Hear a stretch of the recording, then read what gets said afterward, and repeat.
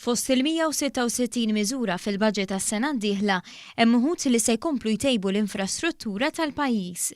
Fit-triq il-kunvent f'Ħaż-Żabbar, waħda mit-toroq li tlestiet dan l-aħħar bħala parti mill-proġett ta' 700 miljun f'7 snin, il-Ministru għat-trasport u infrastruttura Ian Borg tkellem dwar il-miżuri li se jkomplu jindirizzaw l-isfidi fit-toroq Maltin u għawċin. Semma l-100 miljun euro li se jissarfu biex jitranġaw qatt ta' toroq fil-pajjiż u l-ftehimiet mal-privat għal spazji ta' parkeġġ.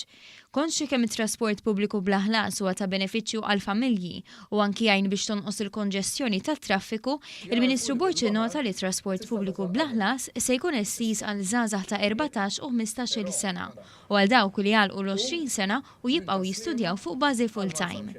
Qal li għaddejjin diskussjonijiet biex it-trasport pubbliku jkun b'xejn ukoll għal persuni b'diżabilità u għall-anzjani. Iżda l-Ministru Borg saħaq li t-trasport pubbliku jrid jisaħħaħ ukoll fuq il-baħar. Is-suċċess li hemm bil-feris permezz ta' allura traġitti bejn il-Kottonera, l-Belt Valletta u Taslima jiġi estiż f'lokalitajiet oħra.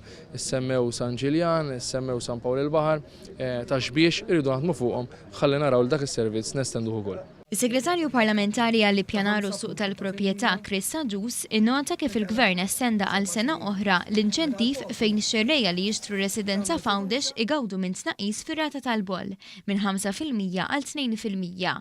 Semma wkoll is-suċċess tal-miżura tal-First time buyers li biha il-Gvern en eluf ta' koppji żgħażagħ li daħlu għall-ikbar investiment ta' ħajjithom. Illum wara li din l-iskema li ġiet varata 7 snin qed naraw li terġa' tiġi mkomplija għaliex sas-sena l-oħra minn din l-iskema telqet sal-aħħar tas-sena l-oħra saru ma' 12,000 kuntratt ta' First time buyers. Iż-żewġ membri tal-Kabinett temmew jgħidu li dan huwa l-mod li bih il-Gvern se jkompli jaħdem biex jgħin lil dawk l-aktar vulnerabbli ħalli verament Malta u l-Maltin jgħixu s-suċċess.